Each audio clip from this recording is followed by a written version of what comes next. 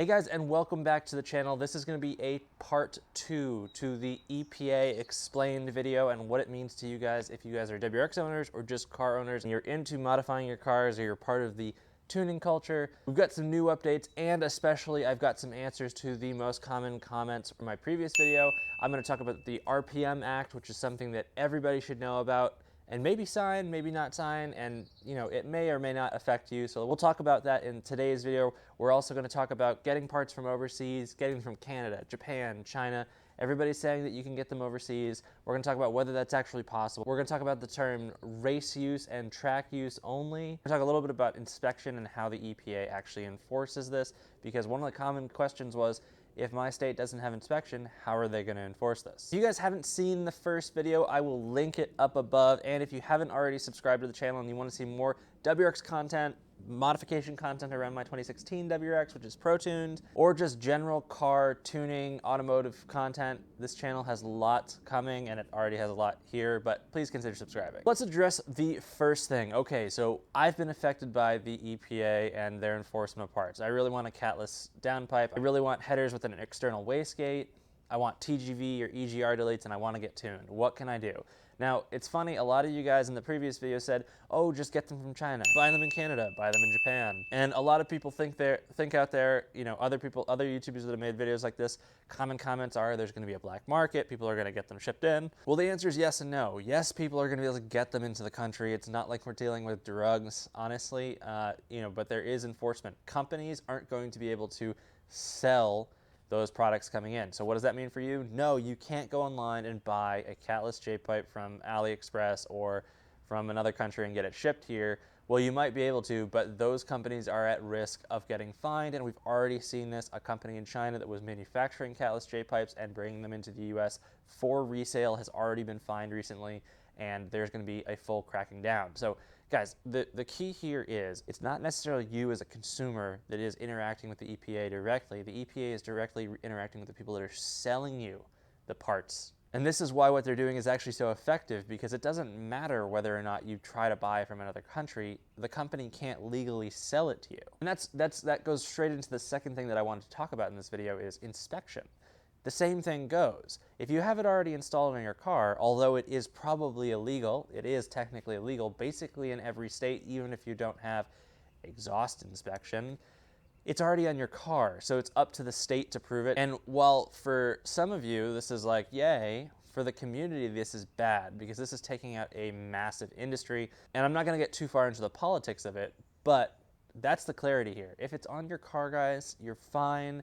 Obviously, if it's already on your car and you have a state that has pretty strict inspection, you need to be careful anyways. I need to work on figuring out how to get this passed in Massachusetts. The only way you might lose the ability to have your catless J-pipe is if you get caught during your state inspection. And yes, some states don't have inspections, some states don't look for things like that. As long as your OBD2 reads the right things, you're probably okay.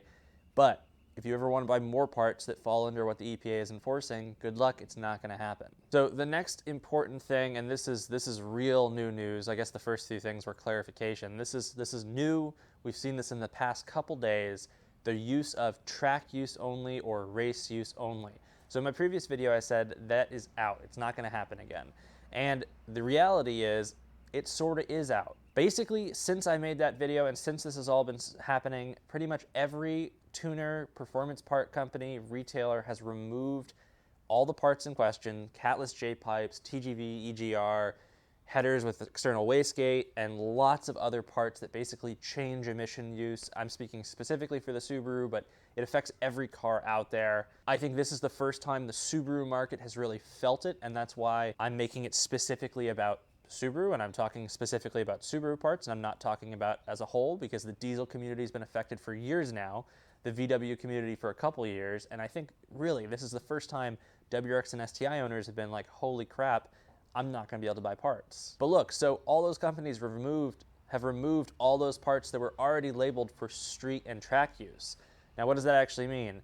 It's actually been interesting. Some companies have now shifted other parts to race use and track use only. So that terminology, that like almost legal statement that you have to sign when you buy certain parts from these companies has now been expanded to other parts. What does that mean for us when we're buying parts? I'm not sure yet. I don't think anyone is, but it sounds like companies are starting to protect themselves and make sure they're on top of their liability with all their parts. What does this mean for us? This means things could change further than they already have. Things might get stricter. I don't know. Probably not, but you never know because you're seeing this new classification. Now, what does that mean for everything else that you guys were hoping, oh, it's going to be labeled track use? Well, guess what? The EPA is enforcing, and that's just not happening anymore. There has been massive clarity in the past 2 weeks, 3 weeks. The idea of building a race car or a track car is not a thing anymore. If you guys follow some of the bigger YouTube creators and the guys that are building track cars, drift cars, race cars, you've probably seen their videos saying the EPA has stopped me from making this. And that's because those parts aren't available anymore. And that's the reality. It's not like somebody from the EPA is going to come and take their car, but they can't keep making the build. And where this really hurts is if you're mid-build and you can't finish your build because you've designed your car around doing certain things and all of a sudden those parts aren't available anymore. So it's a massive expense.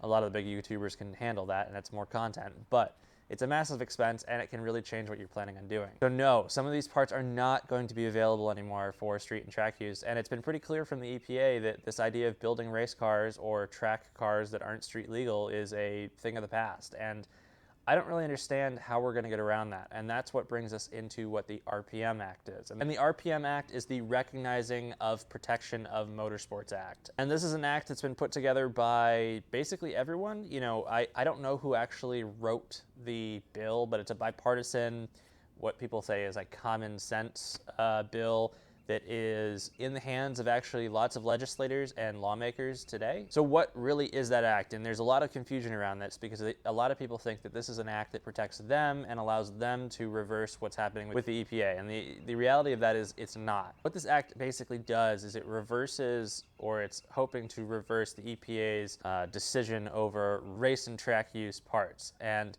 essentially what we're seeing here is that the market where you could build a race car or build a track car and use aftermarket supported parts is basically over. What that does is it limits companies that want to race to companies that are basically fabbing all their parts. They're using a combination of off-the-shelf stuff that is still legal and fabbed parts, and they have different licenses and they're registered as a race company or whatever it is.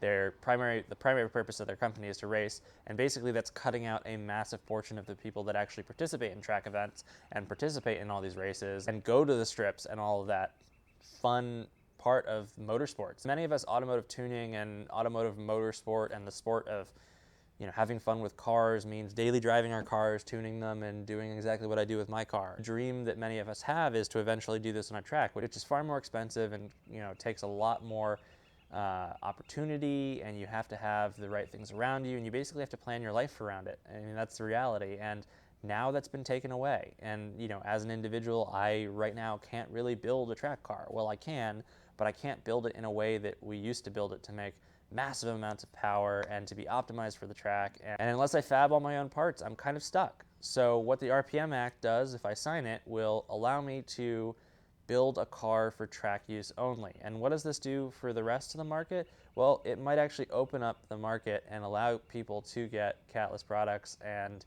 catless downpipes and parts that do affect emissions control, because we will go back to a system where we are track use only. But who knows what's going to happen? You may have to prove that you're not going to drive it on the street. I don't know. That's if we get it passed, because right now it isn't. There isn't enough support. There are lawmakers that have it in their hands and are looking at it and support it, but not enough for it to be a reality, and definitely not enough for it to reverse anything the EPA has done. So if it's something that you do want to support, I highly recommend looking up the RPM Act. It's a, you know, if you type in RPM Act, it's going to be the first thing that shows up. I think SEMA has something on it and a broader description of what it is. I didn't get too far into it because it's not really specific to the average person, and it really only affects a very small portion of us. But if you want to support it because you want to eventually get into tracking your own car, getting onto the track, doing things to your car to make it a not street legal car, that's the clarity here, not street legal, go ahead and go do your research, figure out whether or not you want to support it and whether or not you want to back it. One other thing that I wanted to mention as we close this video up is you know, a common comment that I was getting on the video,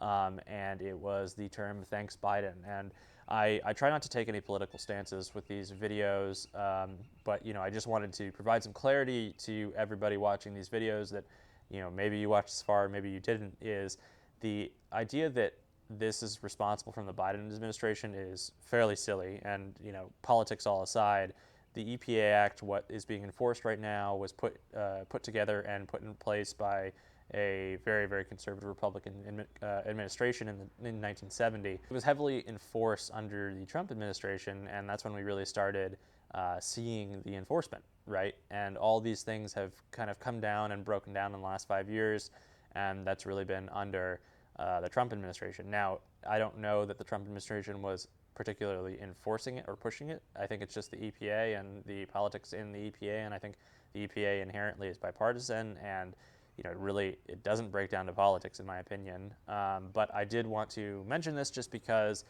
there was a fair amount of hate in the comments of my last video, and it really came down to politics, which nobody ever wants to see. But I want to make people aware that it's not, it really doesn't have to do with politics, in my opinion. It's something that was put together a long time ago by an administration and pushed by that administration, and then it's been basically put on pause. And the right people have been put in the right places, and the right people have made the right decisions, and this is why we've got enforcement. And it's not coming from one person, it's not coming from one party, it's really a grouping of people, and it's something that we can't control right now. Sorry to bring in politics, I just wanted to mention it. Hopefully you guys enjoyed this video. If you did, let's not spam it with political nonsense, let's say.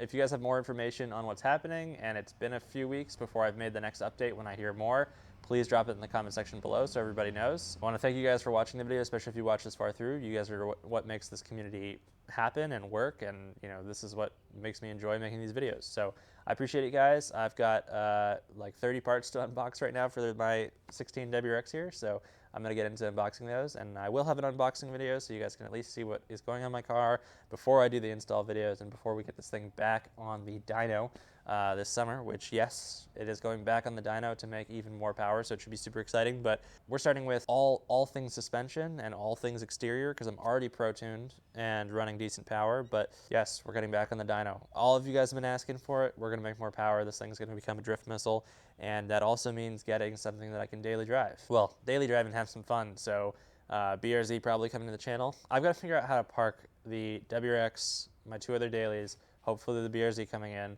And then, yes, I am still looking for an R35. The R35 is going to have to sit in the garage, which is where the camera is right now.